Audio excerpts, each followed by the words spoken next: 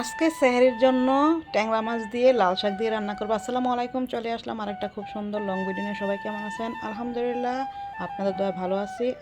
আজকে হচ্ছে আমরা ৮ রমজান পার করলাম আলহামদুলিল্লাহ। সামনের দিনগুলো যাতে করে সুস্থ স্বাভাবিকভাবে সবাই এভাবেই রোজাগুলা পালন করতে পারে, আদায় করতে পারে, আল্লাহর কাছে এই দোয়া চাই। তো মাছগুলো আগে ভেজে নিলাম, তারপরে হচ্ছে সেই কড়ার মধ্যে এখন তেল আরেকটু বেশি দিয়ে দিলাম।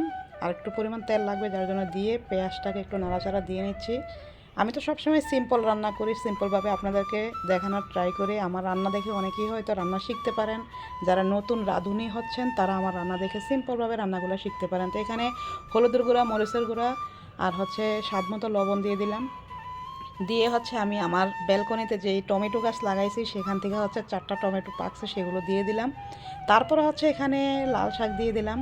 লাল শাকগুলো একদম ফ্রেশ। আসলে রমজানে শাক খাওয়া ভোর রাত্রে খেতে পারবো কি না জানি না, বাট আমার খুব মন চাইছে যে আজকে শাক রান্না করি ট্যাংরা মাছ দিয়ে। তো এটা আসলে আমি মানে যখন রোজা থাকে না তখন, মানে রোজার আগেও খাইছি। এখন ভাবলাম যে ভোর রাত্রে আসলে ঘুম থেকে উঠে কিছুই খেতে পারি না, কোনো তরকারি, মাংস, মাছ কিছু দিয়ে ভাত খেতে পারি না। ভাবলাম ডিফারেন্টভাবে রান্না করে খেলে হয়তো বা খেতে পারবো, যার জন্য হচ্ছে আজকে লাল শাক কিনে আনছি।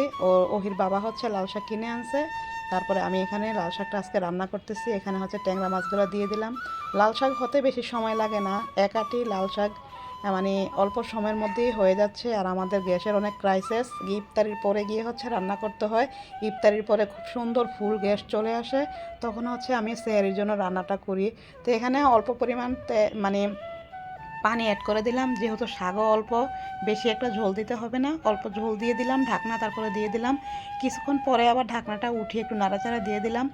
ঢাকনা উঠিয়ে দেখি সুন্দর মতো বলক চলে আসছে। তারপরে হচ্ছে আমি কাঁচা পেঁয়াজ দিয়ে দিলাম। এটা হচ্ছে শাকের মধ্যে দিলে আমার কাছে খুব ভালো লাগে। তো আমি এই জন্য হচ্ছে সবসময় শাক যখন মাছ দিয়ে রান্না করি তখন কাঁচা পেঁয়াজ এভাবে উপর দিয়ে দিয়ে দিই। খুব মানে সুন্দর একটা স্মেলও আসে, খেতেও ভালো লাগে।